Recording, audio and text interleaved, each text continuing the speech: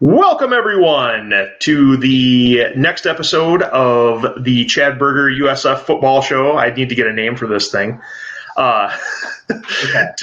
Today, what we're going to do, I've got a special guest here with me. Sam Dooyema is going to join us, and so I'll let Sam go ahead and introduce himself for a couple seconds here. And Sam, tell us a little bit about here with me. Sam Dooyema is going to join us, and so I'll let Sam go ahead. And I'll make sure I don't have a feedback going on there. Go ahead, Sam. Thanks, Chad. Thanks for having me on. Excited to talk about one of my favorite things, USF football. For those of you who don't know me, I'm Sam Dooyema. I was an offensive lineman for the Cougars from 2009 to 2013. I like to joke I've been able to kind of divide the gap. I was able to play 2 years in the NAI, 1 year in the year that shouldn't be spoken of, the transition year, which Chad doesn't like me saying that word, and then 2 years in the NSIC. So I like to say I got a little taste of it all. And so, but I've been able to still follow the Cougars even from afar down here in Nashville, Tennessee, where I'm joining Chad tonight. And I'm excited to talk about the rivalries. I'll leave the numbers to Chad. I'm here to talk about the stories and the experiences and as best I can. So. Well, that's the reason I asked you to join me here, Sam, because you've got a wealth of knowledge. You're a local, semi-local guy here. Grew up in the Laverne, Minnesota area, so right across the border, and you've been around and seen things. And even after you graduated and stopped playing football, you were still hanging around, joining the USF tailgate crew in 2014, 2015. So we're happy to have you join us here tonight. Tonight's topic, what we're going to do is we're going to talk about the top 10 rivalries in USF football history. And so what we have done in the past, this is kind of like one of those things where basically I put together some numbers. I've got some records from 1946 through present day on, records against teams. They're not 100% accurate, but hey, we'll get close enough, as close as we can. We'll take it. But Sam had a pretty good idea of playing in both the GPAC as well as the NSIC. I actually played in the old SDIC back in the day. I was second team all conference SDIC in 1999, not 2000 anything, 1999. And so I've got some stories I'll share from back in those days as well. But I'm sure some of the older folks that played, in the 80s, 70s, and whatnot would probably have a little bit different taste here. But we're just going to go with the numbers we have and the stories that we have, and we'll see how it goes from there. So I guess to start off with, we're going to do a top 10 list, and usually what we do, we've already got some people chiming in over there in the comments. If you guys want to chime in on the comments, please do. We'll share some of those on the screen and respond to those throughout the night, throughout the show, and see how things go. But before we go for our top 10, what we have been doing is kind of doing like an alternating list. So I'll give my number 10, and then I'll let you do 10 and 9, and then I'll give my 9 and 8, so on and so forth. But before we get there, I had a few honorable mentions that didn't make my top 10. And so, Sam, I was kind of wondering if you had any honorable mentions or rivalries that were really, really close that didn't quite crack your top 10. I guess you stumped me right here as far as preparation. I didn't know I was supposed to make my own top 10 list, Chad. So that would have been nice to know. Oh, so okay. Well, we'll just go ahead and go through the list here. Go through your list. Okay, we'll go through the list and see what we got. So let me go ahead and I'll list some of these teams. And, Sam, you might have played against some of these. The first one that was on my honorable mention list was South Dakota Tech, or South Dakota School of Mines and Technology. Back in the, early, I guess, late days of the SDIC, South Dakota Tech was in there, and, USF kind of dominated them in the 90s. They did give the USF Cougars their closest game in the 96 championship season, an 8-6 victory out at South Dakota Tech. but the all-time record there was tied at 15 wins, 15 losses, and 1 tie. And so it was a pretty evenly matched rivalry. Now, obviously, we're talking about going back to 1946, and so the Sioux Falls College Braves had kind of a rough spell in there. Yeah, I was digging through some records with some of the other teams we'll probably get to, and I was not really surprised based on our history that we have a losing record with actually like most of these teams that we played. Yeah, it's kind of crazy how that works out. But I remember playing against South Dakota Tech. You know, it was one of those things where they had a lot of, you know, kids that were from this region that, you know, back in the day when I played, a lot of our guys were semi-local from South Dakota or Wyoming, and that was kind of their recruiting blueprint as well. And so we kind of knew a lot of those guys on that South Dakota Tech team.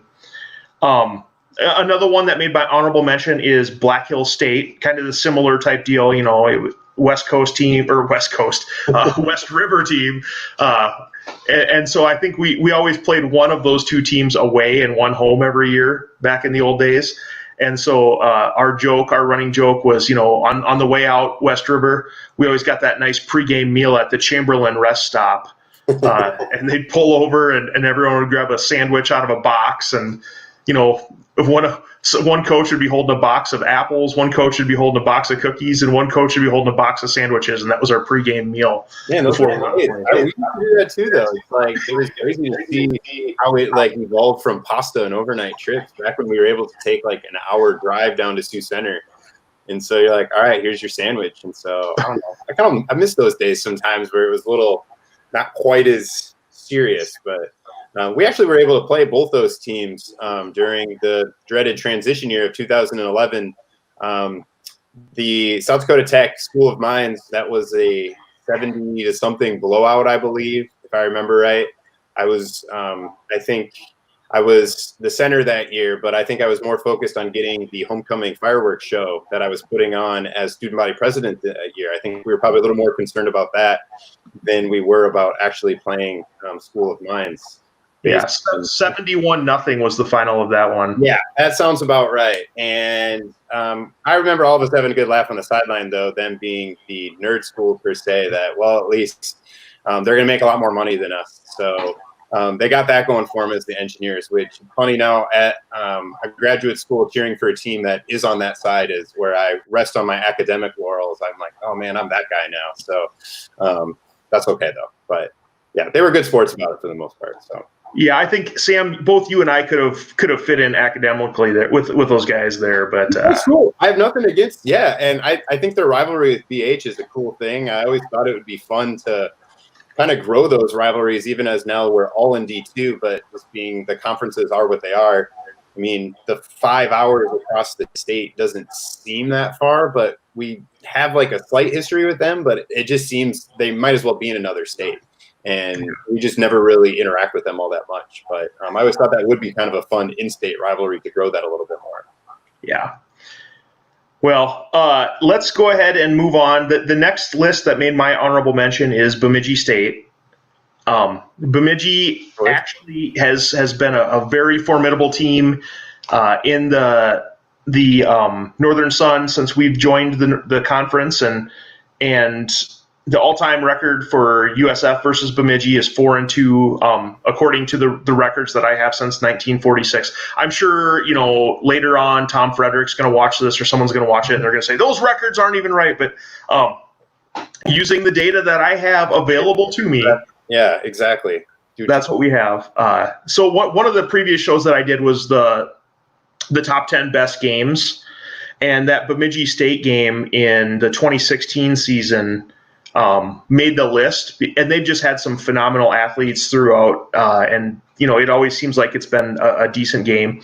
A couple years ago, 2018, there was a very close game up at Bemidji, and they ended up pulling that one out. And so it's kind of getting to be a back and forth. I think the reason this one didn't make the list is just the fact that basically they're in the north and USF's in the south, and so not being able to play them every year kind of hurt that rivalry a little bit. I think too, and I think we'll probably get to this as we go through some of the teams, as far as I think you can kind of categorize the teams too, as far as do you have a rivalry with them as both the fans and the players, as well as is it a healthy rivalry as far as it's respectful versus do you just genuinely want to beat them because you dislike them? I would say some of these rivalries are very healthy and respectful, and I think Bemidji State would fall into that category where we've had, at least in my experience, I was only able to play them one time. I was in 2012, but at least based on the games, they've been great games. It seems to be a very healthy rivalry based on the gameplay rather than anything going on the field. Unless some of the guys in more recent seasons can attest to maybe it's different, but that's at least my experience with Bemidji State, and some of the other ones we'll probably get to a little bit. So, yeah, all right. A couple other ones. These are ones that I really, really wanted to be rivalries because of, geographically they just make sense. But unfortunately, I couldn't quite crack the top 10.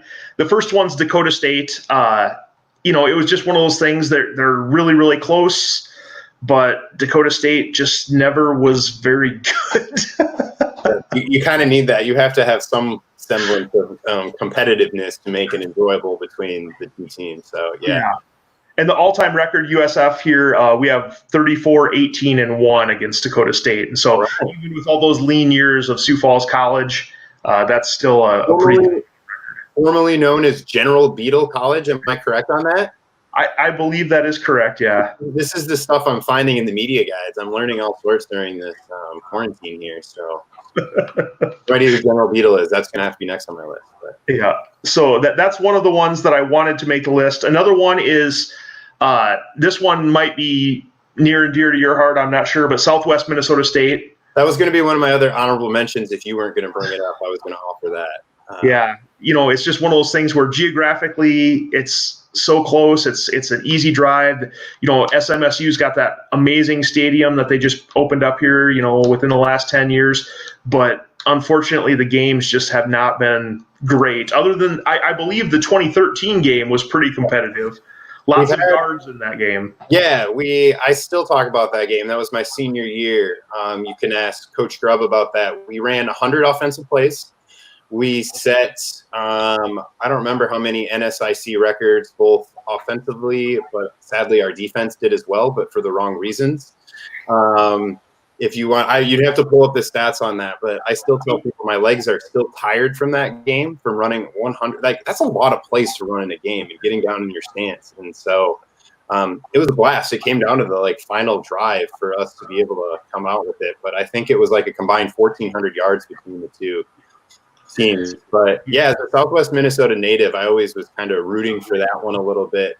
They recruited me really heavily. I had no real will towards them. I just didn't really want to go live in Marshall, Minnesota. And so I feel like that could maybe possibly grow in the future, especially if Augie decides to move to D1. I'm hoping that's a rivalry we continue to grow. I think Southwest Minnesota State gets a little neglect within the state of Minnesota as far as some of the state schools. We tend to get a little neglected based on different things as well. So I think there's similarities even between us two. So if we can get on the same level, I think that could be fun. The only other game that comes to mind would be 2015. Luke running around for about 40 seconds to kill the clock on the final play of the game. Those were probably the two most competitive games we've had with Southwest State.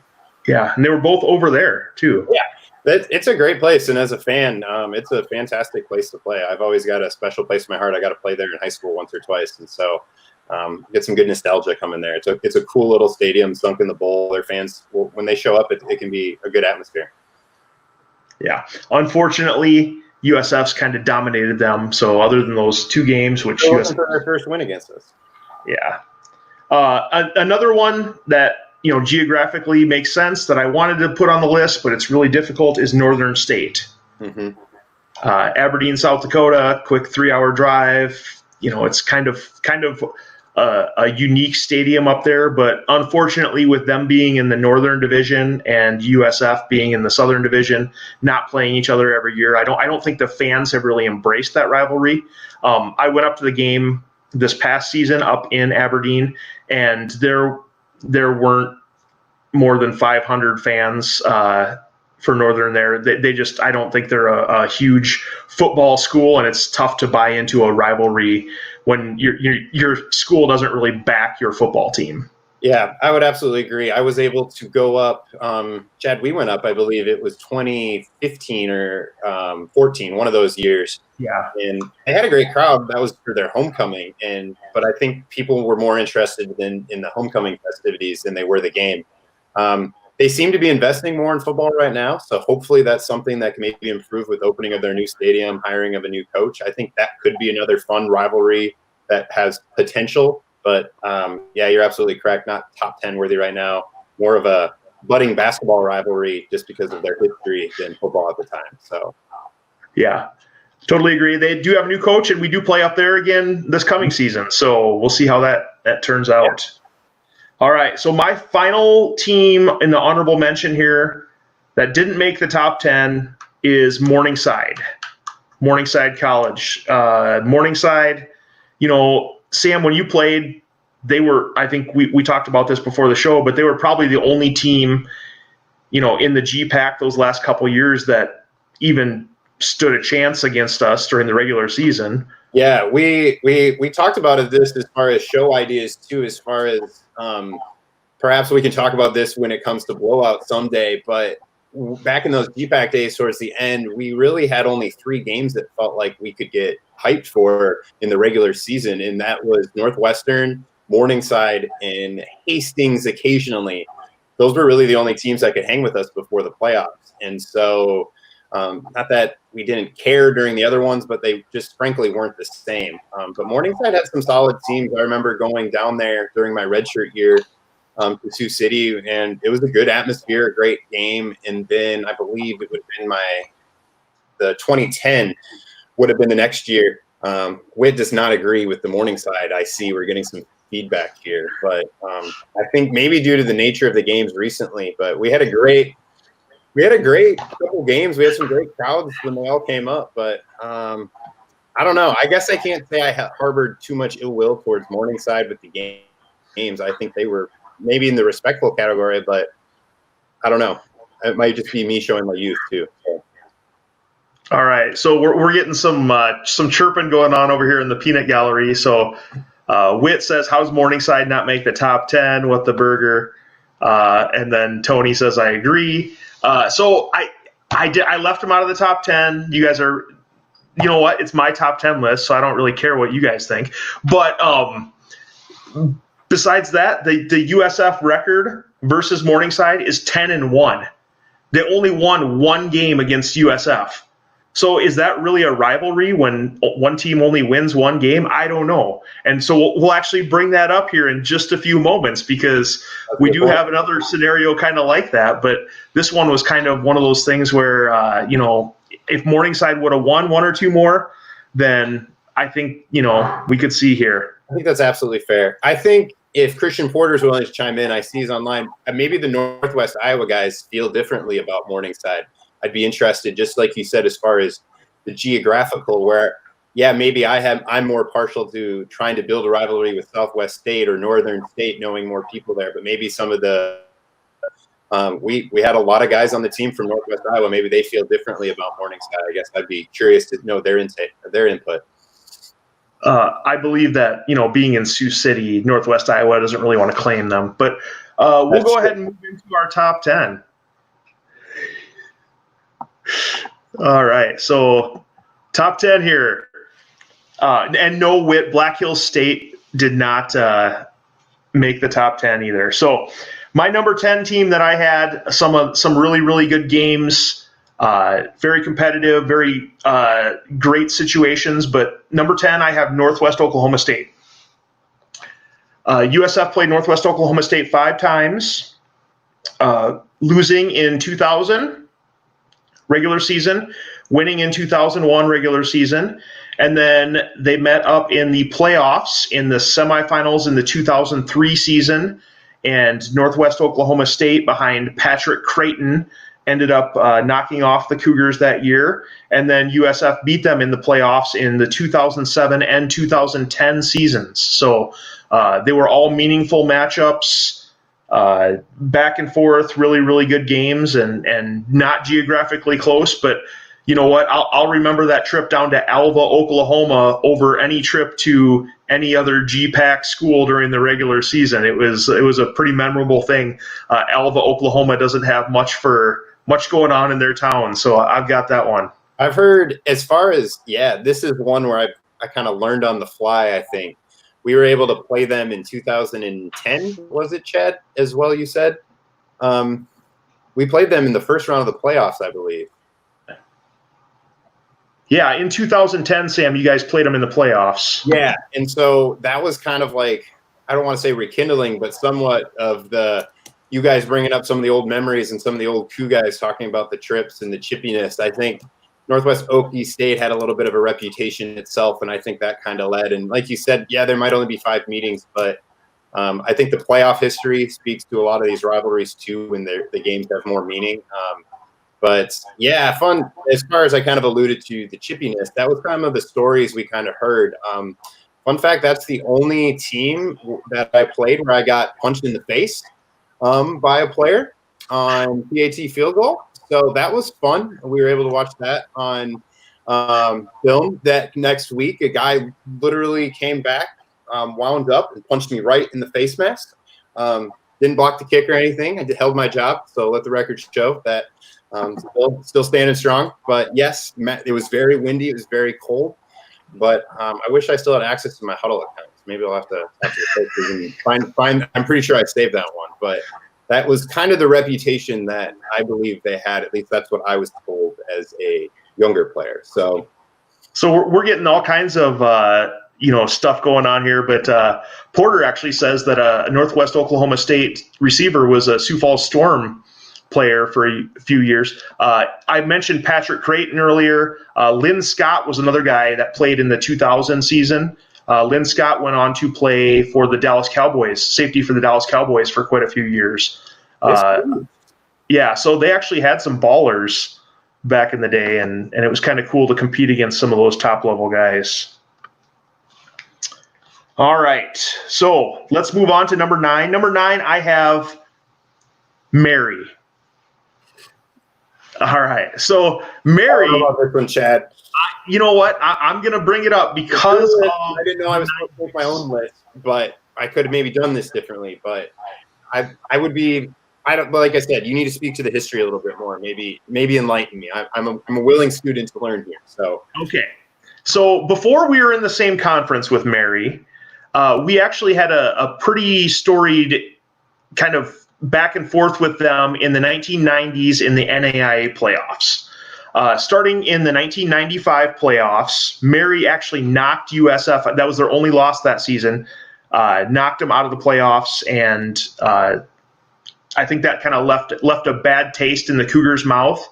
I've heard several of the Cougars from that season tell the story, and it pretty much led to the 96 championship season. During that 96 championship season, USF did play Mary again in the playoffs and knocked them off then. And we also beat them in the first round of the 1998 playoffs, David Reuter's senior year there, my freshman year. We played them again in the first round of the 2001 playoffs, and this one was a weird one because the USF Cougars only lost one game during the regular season in 2001 and were the number 8 team in the country, I believe, going into the playoffs. But were not awarded an opening round host site.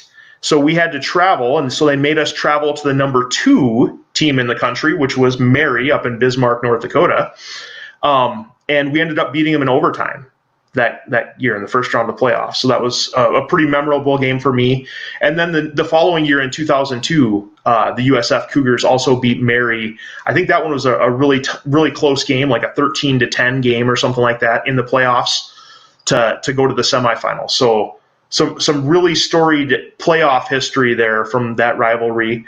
Recently, not as much, but they did knock you guys off in 2013. So I mean, that's recent.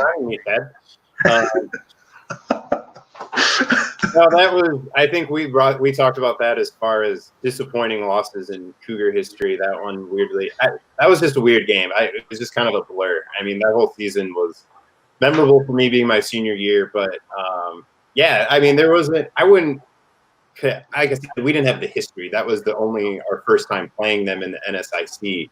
And we went up to Bismarck and we struggled. I remember we struggled on defense. I don't remember. I think we might have completed single-digit passes. We ran for 250 yards. There was no lineman. We were quite pleased with our performance, but it's a team game, and we didn't get it done. And so hats off to Mary. And so, not quite rivalry level for me. Disappointing, perhaps, but that's all right. I've got no ill will towards the Marauders. So cool mascot, though. I'll always give them that. All right. Let's move on to our number 8 rivalry. This one I threw on there just because, I don't know, shock and awe. We'll see how it goes. All right, let's get Bayless over here. My number 8 rivalry is the University of Sioux Falls and the University of North Dakota. Really, this one, USF could easily be 2-0 versus UND. As far as disappointing losses, let's just are we just going to start that show right now? No, not at all. So let's talk about that 2009 game. Sam, you weren't there. You were redshirting. I was physically there, yes, but okay. I was a redshirt. So, but I was at the game, yes. Well, USF just went out in that 2009 game and dominated the game.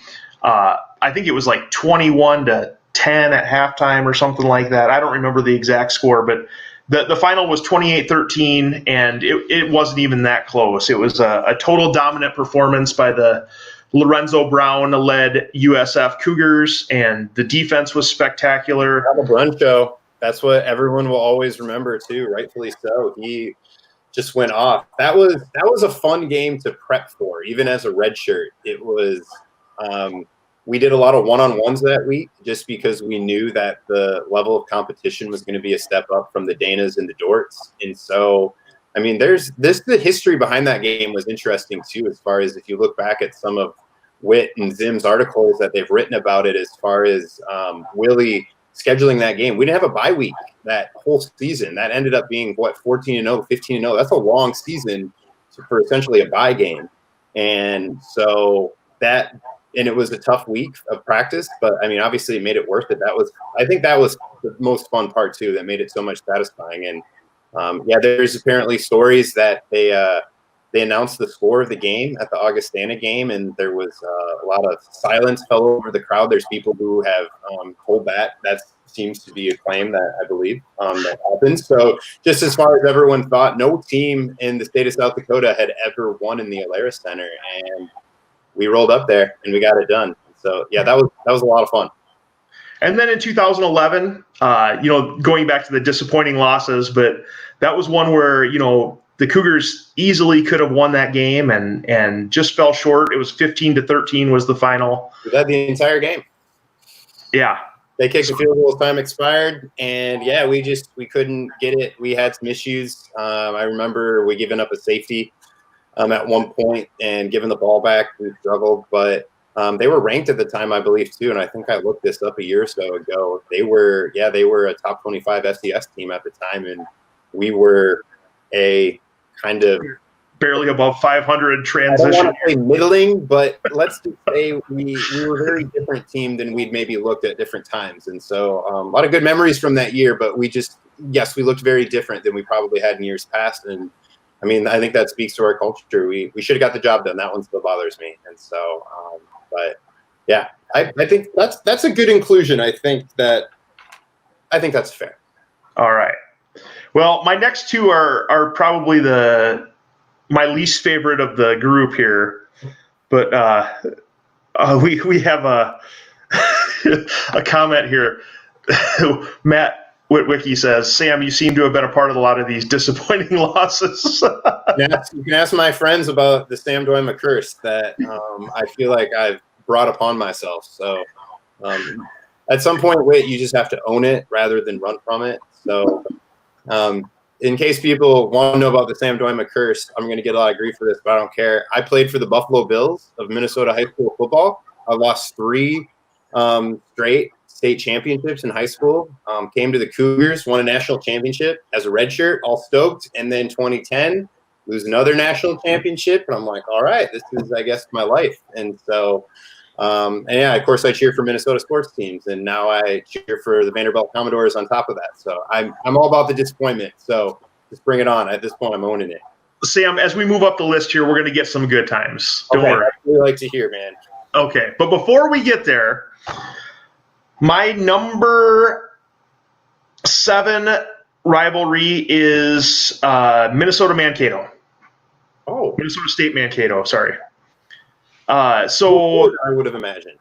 Yeah, this one, I hate to call it a rivalry because, once again, according to my criteria earlier, one team has to win a few. But I was looking through the scores of the games. Man, it was really, really – there were a couple years when it was really, really tight. The only years that were really bad blowouts, sorry, Sam, 2013 and then 2015. But other than that, all the scores have been within 10 points for that game. I mentioned earlier the 2014 game. That was one of the best kind of crowd environments that I've seen over at Mankato. That was a really fun game to be at, even though, that the Cougars ended up on the downside of that one. But then beating them in 2016 was pretty doggone cool. So I don't know. That was a tough one for me. We've got our resident Mankato fan chiming in here, Chad. He's disappointed to see this at 7. Lakers disappointed to see Mankato only at 7 on the list. I would have to agree with him. I know we've only won once, but I feel like, maybe it's some recency bias there. I'll give you that. And like I said, you see a little bit more historical perspective, and I appreciate that. But I think just the tightness of the games, I think what's been on the line too has been, it's not just we have close games with them, it's that it's been typically for first place in the South. It's been for the conference title, playoff seeding. And I think this is, as a player and definitely as a fan in the last few years, I've gotten to know, as we see, we've got our good buddy Laker on chiming in here. I've gotten to know a lot of the Mankato fans. This is a very healthy rivalry in a good way. I think there's a lot of respect between the two teams. So I hold no ill will towards Mankato, even seeing them hurdle our players in 2015. We've had some great tailgates with them as a fan, and I've had some good times playing against them. They have some great players, and it's been a blast. So, I guess it depends on how you look at it. I would have Mankato higher personally, but I think I would agree with Tony chiming in as well that I would put Morningside over Mary, but that's just me. Hey. I might redo my own list on the fly here. Okay, sounds good. All right, I'm going to go to my number 6 rivalry here. Number 6, I've got Carroll College. Carroll 1-4 against them all time. We had the 2002 semifinal loss out at Howard Field.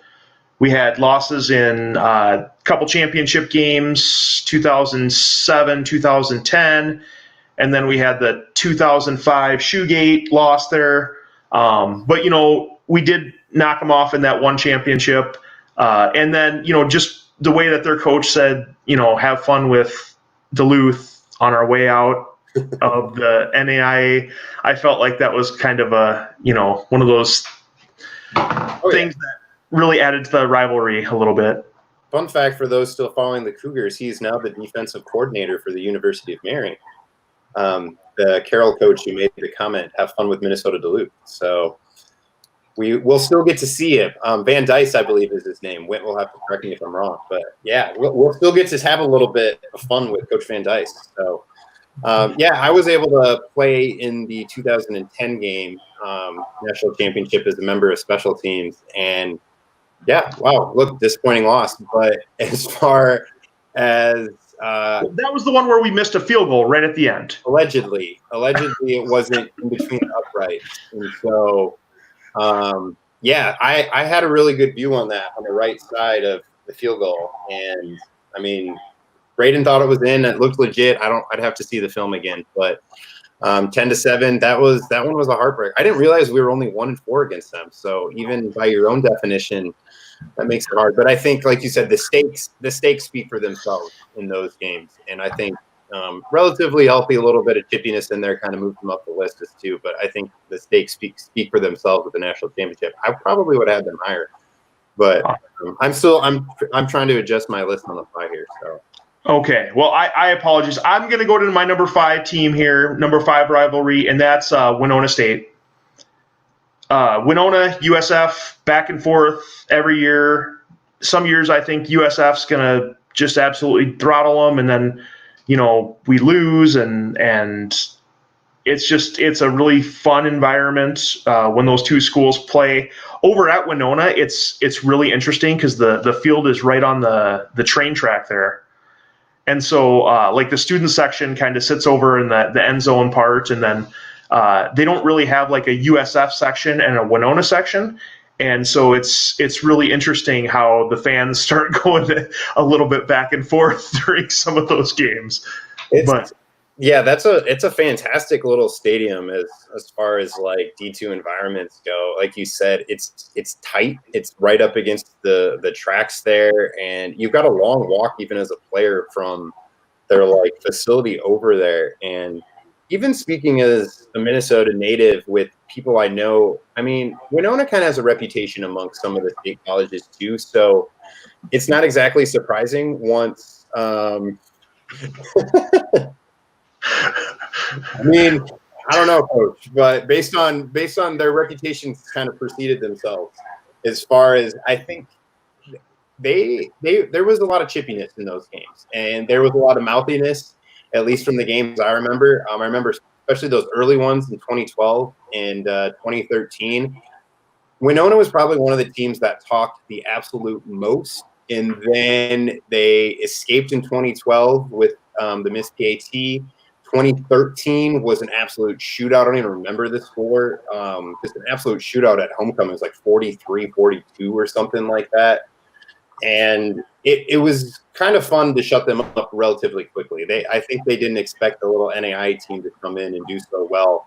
And frankly, I think we've had more playoff success since then. So really that rivalry speaks more to how much their players have talked recently. And that's what I remember from it. So and other Minnesota schools in the conference to speak to that. So that's kind of personally how I feel about Winona too. I would keep them that high. So they would be in my top 5, at least recently. So, and 2 of those losses against Winona, so 4-4 record against Winona, but 2 of those losses that you mentioned, the 2012 and then the 2018, were just purely results of the kicking game.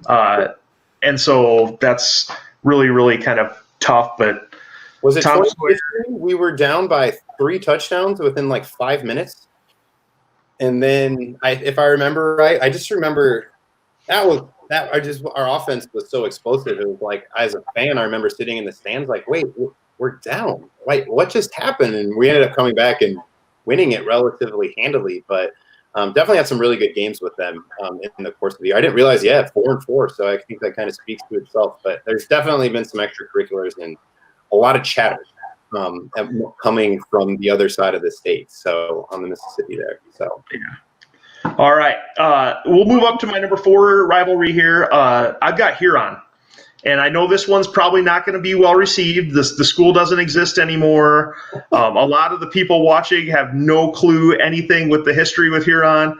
But you got to enlighten us here, Chad. I'm a little taken aback by this one. So okay. First off, all-time record: USF 19 wins, Huron 18 wins. There were 2 ties in there, right, so really even throughout the years. I will say, Sioux Falls College and USF kind of in the 90s got the best of Huron, but I'll let you guys know this. Back in the late 90s,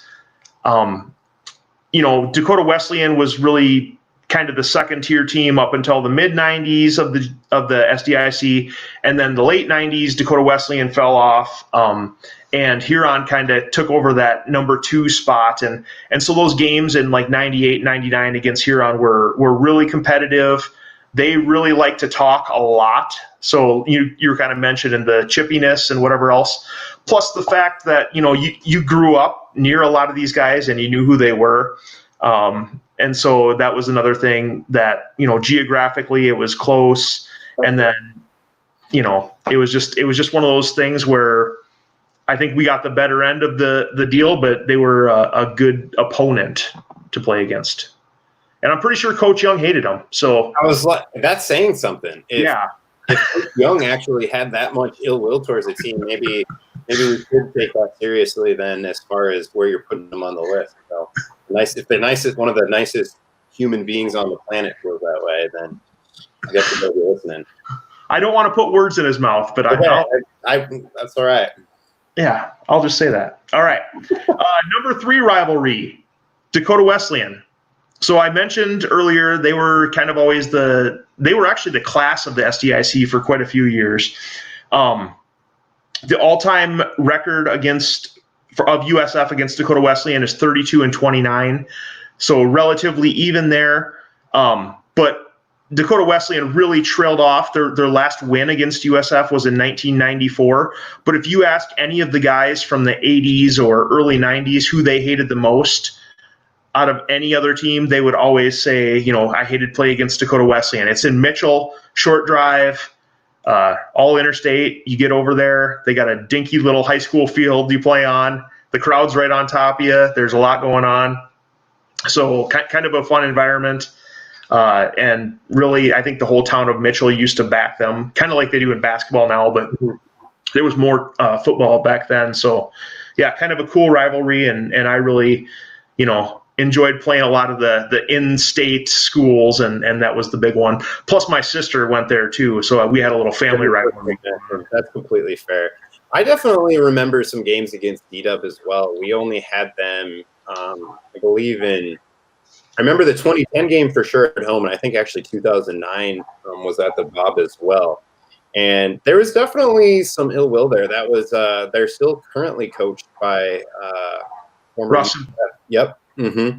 And there was I don't remember all the details, and maybe some of these other guys, or I don't know if it's for the streaming, as far as Coach Dugert and what's his name? I'm blanking on his name. The current coach. Dakota Wesleyan. What was that? Oh, Ross Simple. Simple, yes. There was definitely a little something going on right before halftime of 2010, as far as I think we were getting accused of running up the score or different things, and Coach Simple was none too pleased. And so, yeah, I think some of that's this long-standing rivalry that's there, and I definitely remember the players and coaching staff. So, like I said, there's always seems to be some underlying. I kind of get the same Winona vibe about D-Dub back in the days as we kind of have with Winona now, as far as a team you just really enjoy beating. And so, even if the competition level isn't there, and we had some great games just as a fan and as a student in basketball. I remember driving over to the Corn Palace for the GPAC championship in 2009. That was a blast. And yeah, that was a different sport, but that, like you said, 60-minute drive down the interstate. It was quick. It was easy. A lot of local guys that you probably knew or went to school with or different things. That all fuels those different things. So I definitely would keep D-Dub up there. I'd probably have them in top 6 or 7 for sure. All right. Number 2, Northwestern College. So we have Northwestern in Orange City, obviously Northwestern, Iowa, if you're following the football records, because there are several Northwesterns. But we're going to go ahead and list these guys up there. This was always one of those ones where, when you played, Sam, 2009, 2010, this probably wasn't as big of a deal. I mean, obviously you guys had probably Red Raider Hater Week and all that other stuff going on. But when I played, we really didn't have a storied history against Northwestern. Our all-time record against those guys is 16-25, and that includes winning our last 10 matchups against them. I saw that. I went to their website to see what they had for history. Our first matchup was in 1960, and I was kind of shocked by that. We still finished 7 or 8 games behind them, and that was with an 11-game winning streak to finish out our time in the GPAC. Yeah. But they were kind of historically the dominant program. Correct me if I'm wrong. At least as far as NAIA, they had a few national championships way back in the day, and so right. They did, and we actually had some. I don't know. I'll bring up some of my bad losses, or if we want to call them that. So the first one was in 1999. We were playing down in Orange City, and we ended up losing by 2 points, but we threw like a swing pass to our star receiver, like a bubble screen type pass to our star receiver, Derek Oldert, and he dropped it, and no big deal. The refs called it a lateral. This is in Orange City, by the way. The refs called it a lateral, and of course their cornerback picks it up and runs it in for a score. So they ended up beating us by 2 points in 1999 on that play. And then the following year in 2000, we're playing them out at O'Gorman, and this is the last time that they beat us ever. But Dave Perengo was the running back, and end of the game, we're up 20, I think it's 28-27, something like that, and they ran a hook and ladder against us, and he pitched to Perengo. He ended up scoring a touchdown. So that's one of the ones where I try not to bring that up to my teammates too often, the hook and ladder game, but that was the last time that they beat us. And then the following year in 2001, we ended up going back down to Orange City, and we rolled them 61-6. So we got our revenge and started that winning streak against them. Yeah, Northwestern, I mean, that had kind of become – that was really our biggest rival of the GPAC days. As far as, like I mentioned earlier, with just competitiveness, it was Morningside and Northwestern, and that was it. And then occasionally Hastings, at least in the few years I played. That's what I remembered. But Northwestern was a game we definitely got hyped. We all shaved mohawks into our head. That's when the shirt started going around, the Red Raider Hater T-shirts going around. I told my wife that we were going to do rivalries, and that was the first one she thought of as a former USF cheerleader, was like, oh, yeah, like Red Raider Hater. Like, I still got my shirt, all those different things. And so I think as far as if we're categorizing healthy and respectful or bitter, Northwestern definitely fell in the bitter category as far as a player. There was definitely a lot of chippiness there. I remember our coaches prepping us from getting different things their fans might say at us. And I think there might be some underlying church denominational differences. And based on some of the stories that the Northwest Iowa guys would tell us due to their connections to, there was some things said about us being not just that we were Baptist, but really we were actually more of a heathen school. And so those were just some of the terms that there was. I mean, I don't know if I should repeat the story that I remember hearing once, that it was either, I don't know who said this at Northwestern, but it was either a coach or an official of some sort said, we're going to beat these guys because we have Jesus and they don't. And so this could be all rumor, but I'm just saying there was definitely, this was definitely a top rivalry for a very long time. And that 2010 game was wild. We had a lot of new faces. It was our final year in the NAI, and we wanted to go out with a bang. I'm just trying to recall this now. I believe there was rumors they pulled some strings to get us the first game of the season instead of later, and I think they hoped they would have had a better shot at taking us down. And I believe we might have been losing at halftime or something. That game, Matt chiming in, my memory was right. Northwest was up at half in 2010. That was probably our last close game with them. It was our final game, but a few years before that, it was a blowout. And they had us on the ropes for a little bit, but we fought. You guys ended up winning 41-24.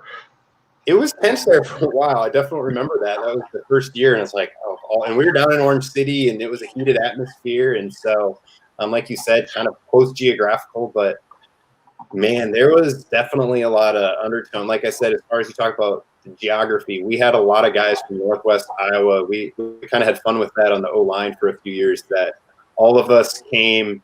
The O-line, we had Casey Peters, Jared Floto, Corey DeBay, myself. We were all within either Northwest Iowa, Southwest Minnesota, and shout out Eric Marquez. And we had Arizona as well. So we tried to teach them all about the Dutch and the Reform and all the undertones that went into that rivalry. But it was good times there. All right. Well, that's probably the top one from the old days, and so now, of course, my number one overall rivalry that I have to list. Sam, I don't know if you picked it out here, but I mean, I think we would all agree that it's Augustana College. So, yep. Augustana College, number one. So we are all-time record here since 1946, of course. is 6-4 versus Augie. But in the Key to the City games, we are 6-2. Unfortunately, Augustana won the 2019 and 2015 games, so they are actually holding the key currently. But hopefully the Cougars will be able to get that back shortly. But Sam, you actually played in that first, the 2012 game, the first Key to the City game, which was probably one of the most epic games in USF history. So I don't know if you want to. You could probably just tell a whole story about that if you want to. It was that one. I mean, there's something about that first one. I think Matt Zimmer still says that was probably the best football game he's ever covered in the state of South Dakota. Don't quote me on that, Sam, if you're watching, but I believe he had said that before. And I think there was a lot of, I think to truly understand the rivalry between Augustana, it's not just that it's 2 blocks away. There was a lot of pent up. There was a lot of chatter. I mean, so it's about being close, but you have to remember. So when we were doing so well in the NAIA, winning titles, dominating teams, these are the guys who are 2 blocks down the street saying, "Well, but you don't play SDSU, but you don't play us. You're not D2. You're not doing that." And these are the guys you see out at the bar or out at the stores or different things. And so you run into the same circles. I knew a lot of friends from my high school who went there. You run into them at the same house parties or different things. This has happened. That proximity is definitely there. And so I think a lot of that was pent up, and especially when we finally got the shot to play them, that was the motto. And I think Coach A has done a fantastic job passing that on, that you're not just playing for yourself in that very season. You're playing for all the guys the years before who never got a shot to defend themselves, who never got a shot to say, look how good we truly were. And so I think that's where we always came into that game with a chip on our shoulder. We certainly did in 2012, and I think we've been able to carry that into the game every single time. And I don't think Augie's been able to match that. They've been able to get some wins, and I think, as much as I hate to admit it, yeah, it does make for a slightly more healthy rivalry. I'm 2-0 against Augustana, and so I will always keep that. I was able to hoist the key twice, and so that's always been a blast. It sometimes surprises people, but I always said as a player it was actually fairly healthy. I think some of the older guys might have had issues with guys in the past, but the guys I knew and still know to this day, I got along with them really well. I think as a fan, and I would say that myself as a fan after I graduated, it's a lot less healthy between the two fans. And I think a lot of that speaks to cultural differences, just as far as you've got a lot of, we're the smaller, poorer school, or we're not as big, we don't have the notoriety, different things. So I think our institution definitely has a chip on its shoulder, and that we've been able to carry that into the games. As a player, though, the games were very healthy and well played. We've had some great games with them. I enjoy playing them. I enjoy beating them, but I don't say I have a lot of ill will towards their players per se. But yeah, I could tell some other stories, but I guess we'll see I don't know if you have anything to add, Chad, just as far as if. No, I actually am really good friends with a lot of guys that played at Augustana College back in the day. Some guys that I played high school with ended up going to play there. Guys that I knew from local schools. When I was in high school, I went and worked out with some of the guys. I worked out with Case Maharn and Poppinga quite a bit back in the day because I knew Shannon from high school and everything. So, I knew those guys and I got along with them just fine. But, I think there was always that they thought they were just that much better than USF. And so it was really kind of cool in 2012 when you guys got the opportunity to go out and play them and beat them. Yeah, just to that specific. I mean, we're getting some comments just as far as it was definitely a rivalry long before that first game, and I think that's why that 2012. I don't think anything will ever top that first one. I mean, as far as just the atmosphere, I always say I believe it was like late October. It was the most perfect. It was like the quintessential college football day, just as far as there was a slight chill in the air, clear blue skies. Augustana has a great stadium. It's the sunken in bowl if you haven't been there. And so our fans turned out, I think there were 8,000 people. And I remember people away at the gate for that. And I just remember, I mean, like I said, so you have the atmosphere. It actually lived up to the hype. And I think that's what made it so special. Mike Tolkamp blocking everything under the sun. I think just the back and forthness. I actually was recruited by both Augustana and USF.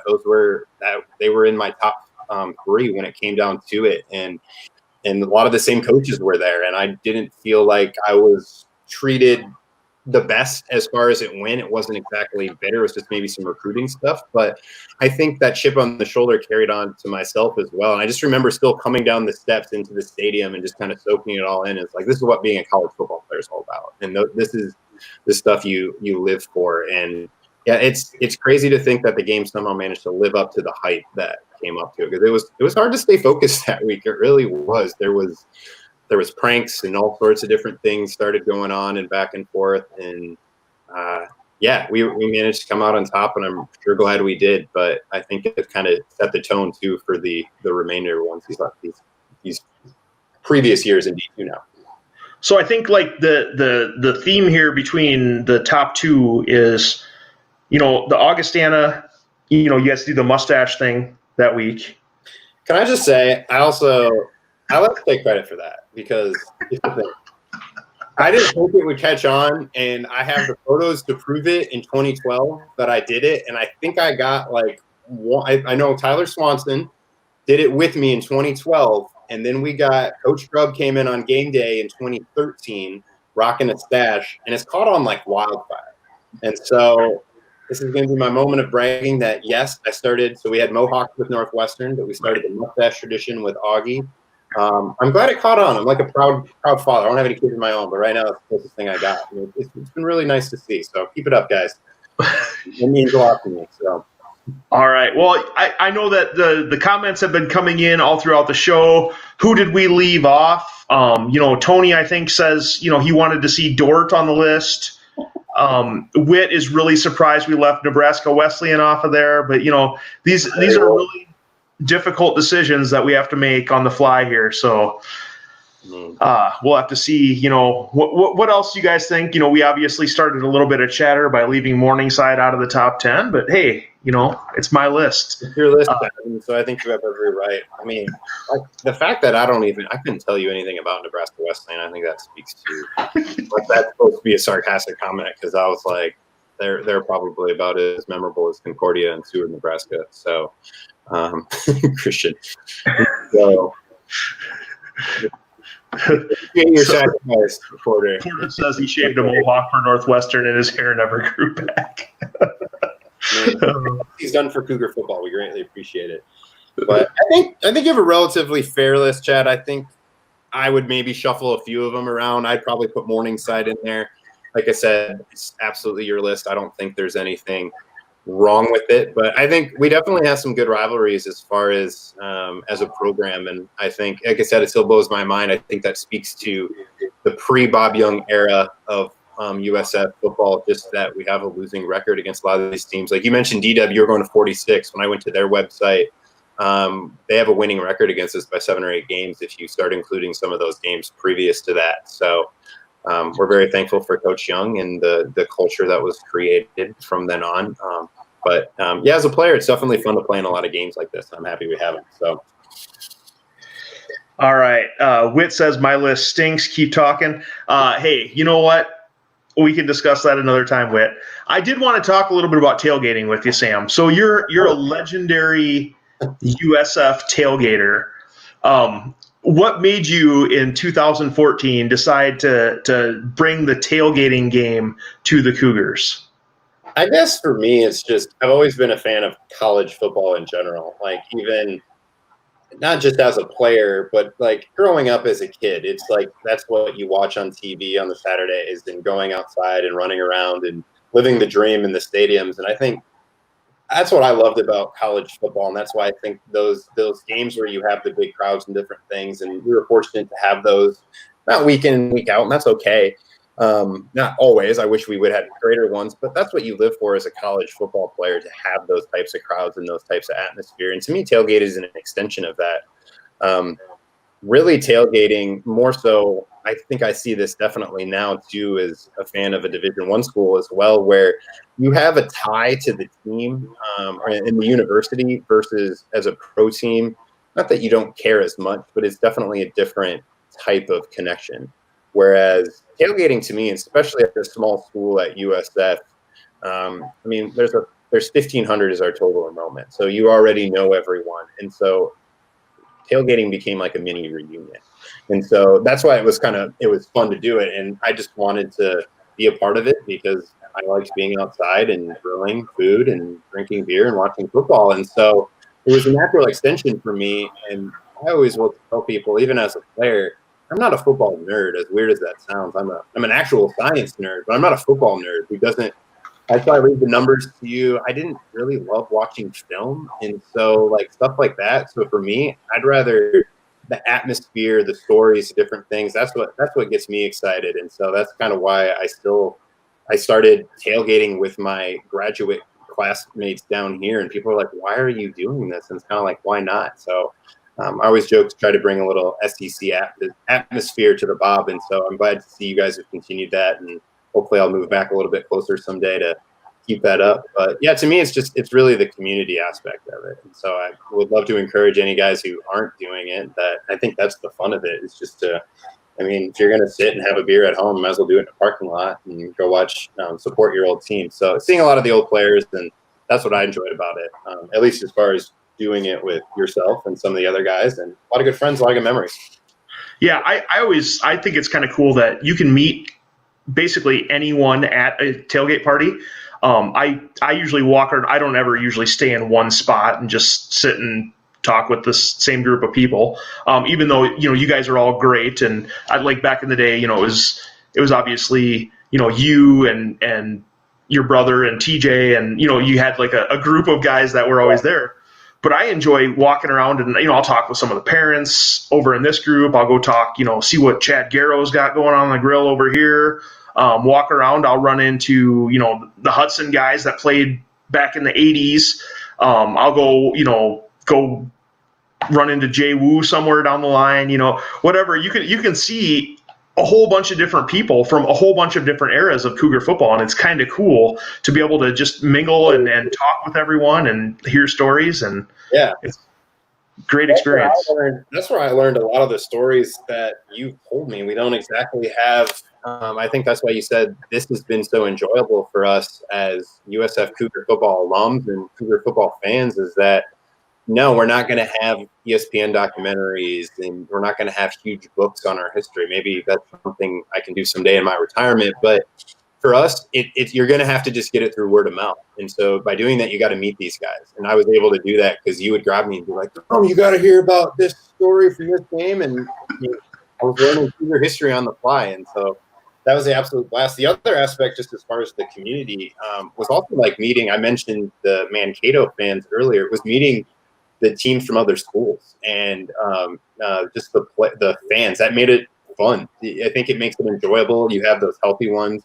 I think you and I have talked about teams we've played where the fans are even standoffish. It's kind of like we're not trying to be rude here. We're just trying to chat with you guys. So, I mean, I always talk about, some of the great atmospheres we've had in the conference as far as good places to tailgate, whether it's just interactions with a fan or just how we were welcomed or just the proximity to the stadium, different things like that. And so, but yeah, it was some good times. I've still been able, last year was the first year I wasn't able to get back to a USF game since I've been able to move away. So I missed it. So I'm excited to get back. We missed you too, Sam. All right. We still do have a group text that goes around, and we still try to pick the player that we think is going to score the first touchdown of the game. And so, that's always a fun game that a lot of us regulars do. I'll still remember. I won't even tell the story. I'll still remember Christian Dick for all those stories. But anyways, it's been a lot of fun having you join me here tonight, Sam. I really appreciate it. Hopefully we can get back together and do this again sometime soon. I think that'd be great, Chad. We'll keep it up. All right. Well, thanks everyone for watching, and thank you, Sam. Thanks, Chad. Have a good night. Good night.